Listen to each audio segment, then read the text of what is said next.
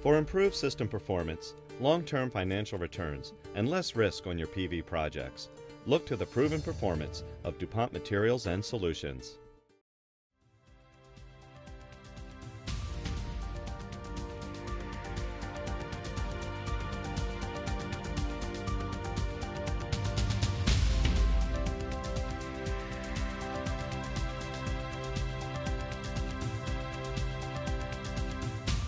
Hello and welcome to another PV Tech Newscast. Coming up, European Commission to start anti-dumping investigation, utility-scale PV installations keep US market booming in the second quarter, and the world's largest operational solar PV project achieves 250 megawatts of grid-connected power.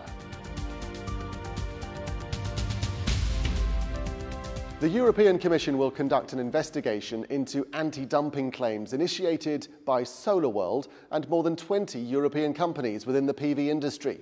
The Commission has 15 months to investigate the claims and release its findings, while any possible sanctions would need to be imposed by December 2013. The Commission noted in a statement that, in terms of import value affected, this is the most significant anti-dumping complaint the European Commission has received so far. In 2011, China exported solar panels and their key components worth around 21 billion euros to the EU. Response to the anti-dumping investigation from key Chinese producers was rapid and unanimous in condemnation of the action, but also conciliatory in confirming their willingness to cooperate fully with the investigation. Canadian Solar, Suntech Power, Trina Solar, Yingli Green, JA Solar and Jinko Solar issued statements aimed at highlighting potential protectionist measures while reiterating their innocence of dumping. As with the investigation by the US Commerce Department into anti-dumping charges, key Chinese producers provided information to the inquiry, though many others were said not to have done so. The latest development includes China authorities having expressed a deep regret at the European Commission's decision to start its investigations. A statement released by the Chinese Ministry of Commerce has said, MOFCOM has now sent a delegation to Europe to negotiate China's position and to safeguard the interest of Chinese enterprises. Spokesman for the Chinese government, Chong Huang, said, the Chinese side hopes to resolve trade frictions through consultation. Our position to cooperate has not changed, and I hope that the European Union will be prudent not to take trade protection measures, but to encourage cooperation between the two sides, common development and create better working conditions. Further details over the procedures and timescales at pvtech.org.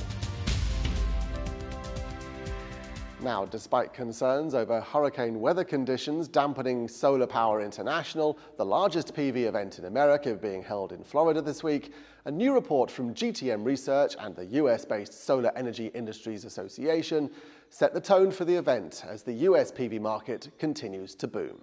This latest report shows that installations reached 742 megawatt in the second quarter, up 45% over the prior quarter, and an increase of 116% over the same period a year ago. Two significant trends have emerged in the US market. Firstly, the rise of third-party finance used for residential PV installations, which are now responsible for 70% of residential installations in California, Arizona, and Colorado.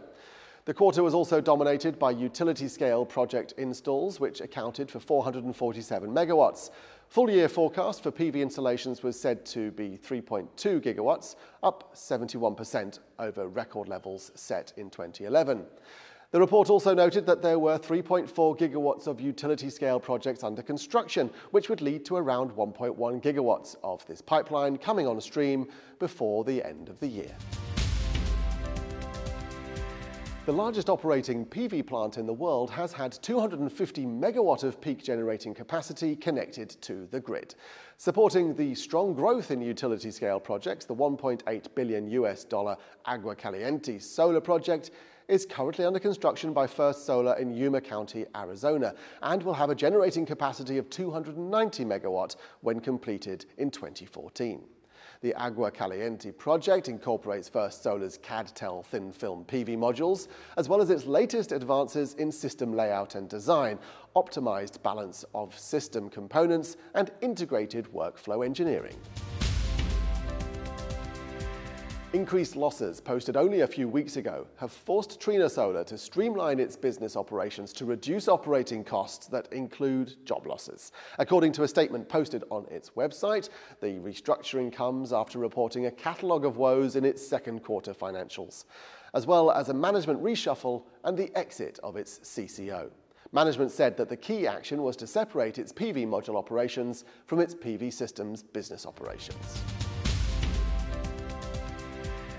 And finally, Stefan Quandt, BMW board member and one of the richest people in the world according to the Forbes list of billionaires, will become the majority owner of German-based PV module manufacturer Solarwatt, which is currently in insolvency proceedings. After a meeting with creditors that agreed a restructuring plan, Quandt will hold 94% of the capital in Solarwatt via his holding company. Solarwatt said that the local district court in Dresden had officially recognized the plan following the vote of the creditors. The company plans to focus on the PV systems market as the German residential market switches to self-consumption. The move will save hundreds of jobs in the workforce and management. Well, that's it for another action-packed week. Keep up to date on pvtech.org and catch up with the Newscast team next Friday.